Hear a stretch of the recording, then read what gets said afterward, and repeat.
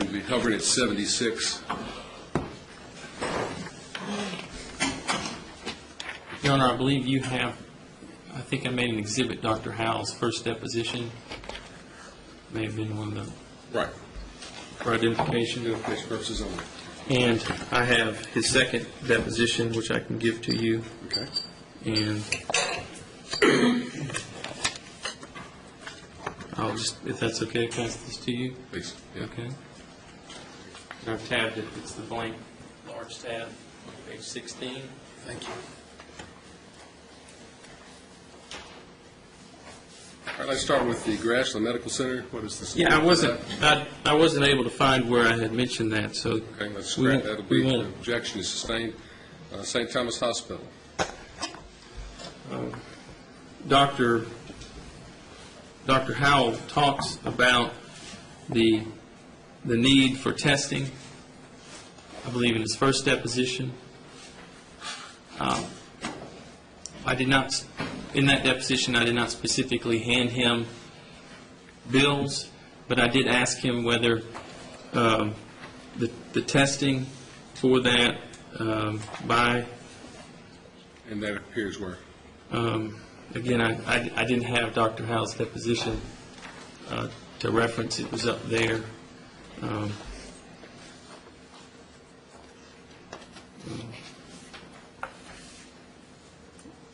And I know I don't want to make you have to dig through that, but What about, what supporting documentation do you have for the underlying $108.38? just simply Mr. Crawford's testimony, and if he's able to obtain those bills, then I would submit the actual copies of those bills. And the copies are where? I believe they're in his vehicle. But I didn't think we would have time to go out there and get those, since I was talking to Mr. Gilmore about these other items. I guess I just didn't think that there would be an issue, Your Honor, and I apologize for that. Again, faced with an objection, I realize that. and as a practical matter for procedure here,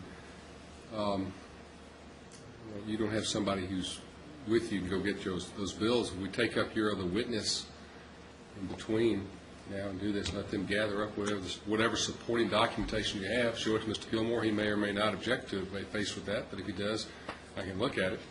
Okay. Well, I think Mr. Crawford can do that while the next witness testifies. And is your witness here and ready to go? He is. Yeah.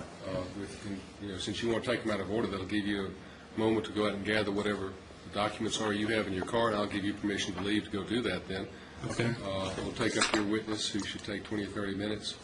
And Mr. Crawford will probably finish up his direct then before we break for the day stage. Okay. Which brings me to tomorrow. We're going much slower than I thought, and I've got some folks coming from out of town tomorrow for specially set motions. I don't mind bumping them to the afternoon, but do you think that we're still looking like we should be able to get it to the jury by early afternoon? I would certainly hope so. Yes, Your Honor. My witnesses We're are going all... to get to watch the surveillance tape in length again? No, we've done that. Been there, done that. The other issue, though, was the corrective massage therapy, Your Honor. Yes. And that is in the tabbed portion of Dr. Howell's deposition that I just handed to you. Page is that? It was 16 or 17. Page 16, what line is that?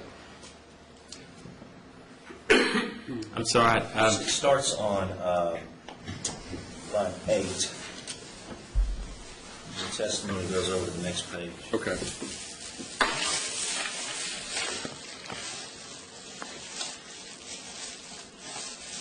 And Mr. Crawford can go now. Is that all right? Okay, Your Honor? Certainly. Didn't mean to make you just stand there, sir. Excuse me.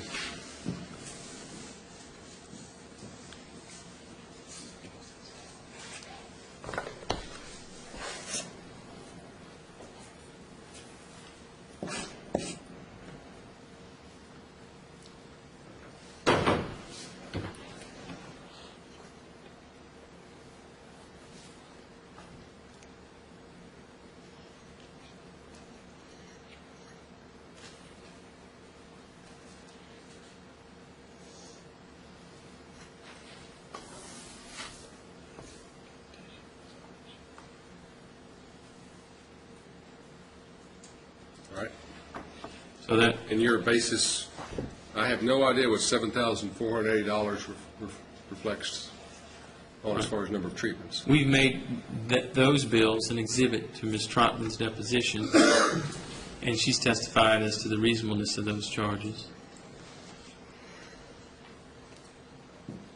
The, And in Dr. Howe's deposition, I handed him, an invoice that he reviewed. But how frequently are these therapies being applied? They were being applied more than once every other week. Part of the basis of my objection, Your Honor, is that Dr. Howell never says that it was necessary.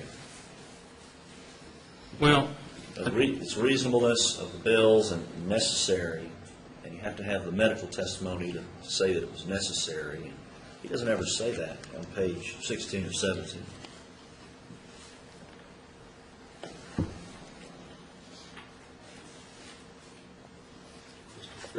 I don't think he might not have necessarily used the term necessary, but if read in context, he's saying that he believes that that was reasonable for Mr. Crawford to do, and I don't think that we need to get hyper-technical on the wording.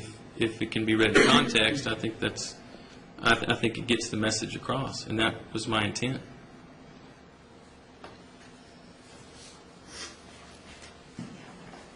Didn't ask him whether the bills were reasonable. I asked if pursuing that treatment, as far as he was concerned, was appropriate, and he, I think, said, yeah, I think that is reasonable, as long as it's once every other week.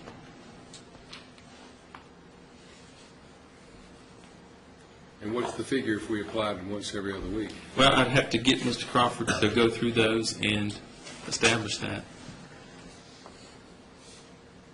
back from July forward.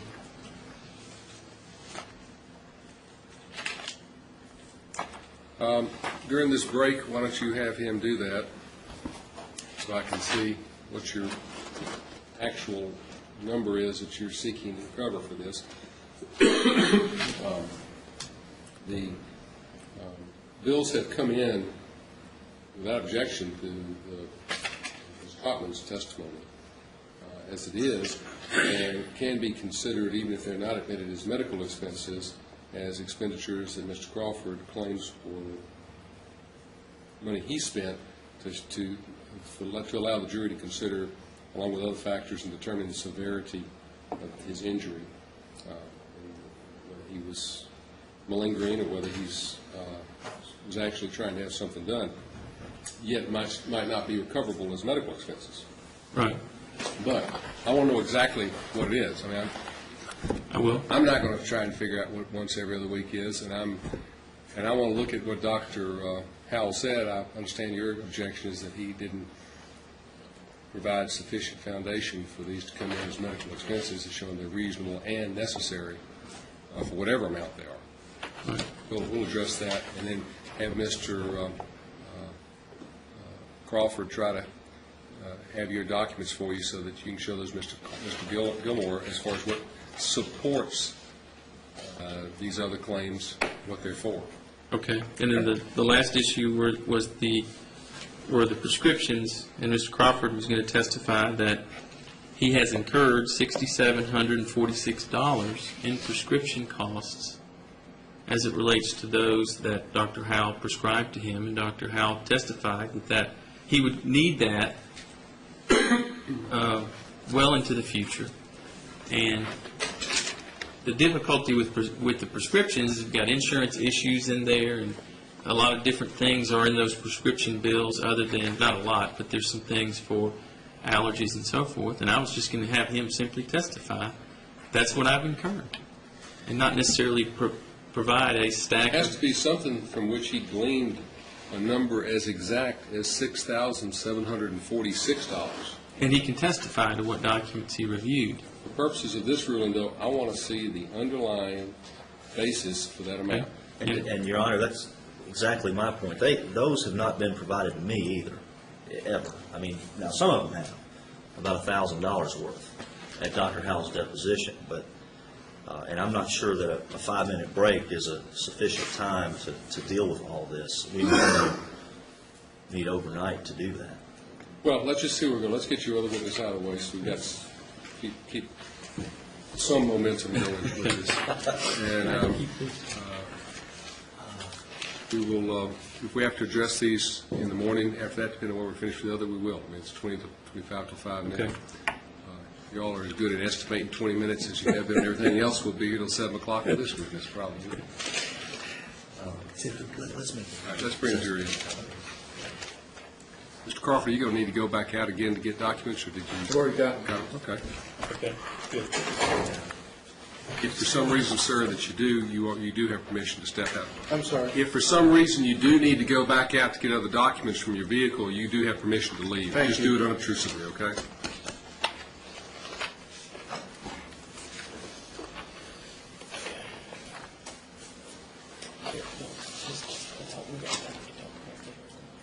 Okay. Here's all the prescriptions. It was given all this before.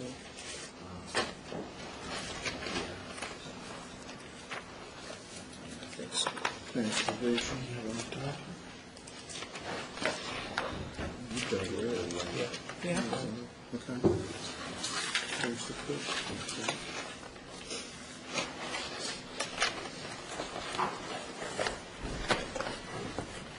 Back to the jury, please.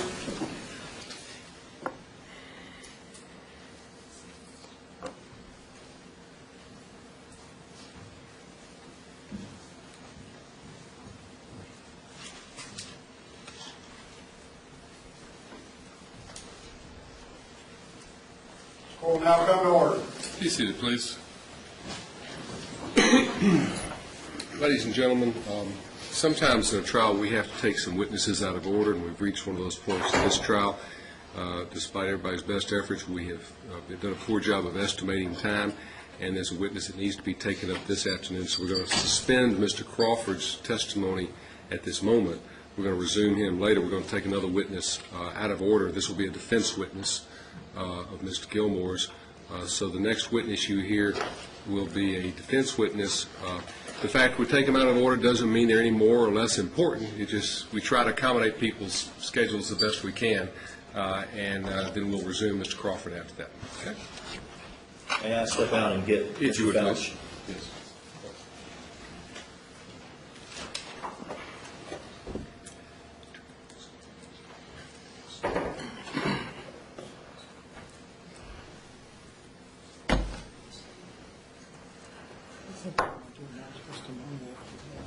Afternoon, sir. Please step right here, please, and remain standing up there while I swear you in. Raise your right hand, place your left hand on the Bible. Do you solemnly swear or affirm that the testimony you're about to give in the cause pending is the truth, the whole truth, and nothing but the truth, so help you God? Yes, sir, I do.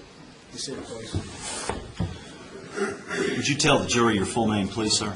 Sir, my full name is Jason West Fouch. You're going to need to speak up some more, sir. I'm sorry. Sir. My full name is Jason West Fouch. Mr. Fouch, are you here under subpoena today? Yes, sir, I am. Did you used to work for a company called Integrated Resources? Yes, sir, Integrated Resource Group. And do you still work for them? No, sir, I do not. Who do you work for now? I work for the state of Tennessee. What do you do for the state of Tennessee? I work for the Office of Investigations. I investigate allegations of abuse, neglect, mistreatment, and do clinical death reviews for the Department of Mental Retardation Services. Do you have Get any? over here a little bit close to me. There's a microphone there in front of you. Oh, I'm I'm having sorry. a hard time hearing you. You all hearing all right?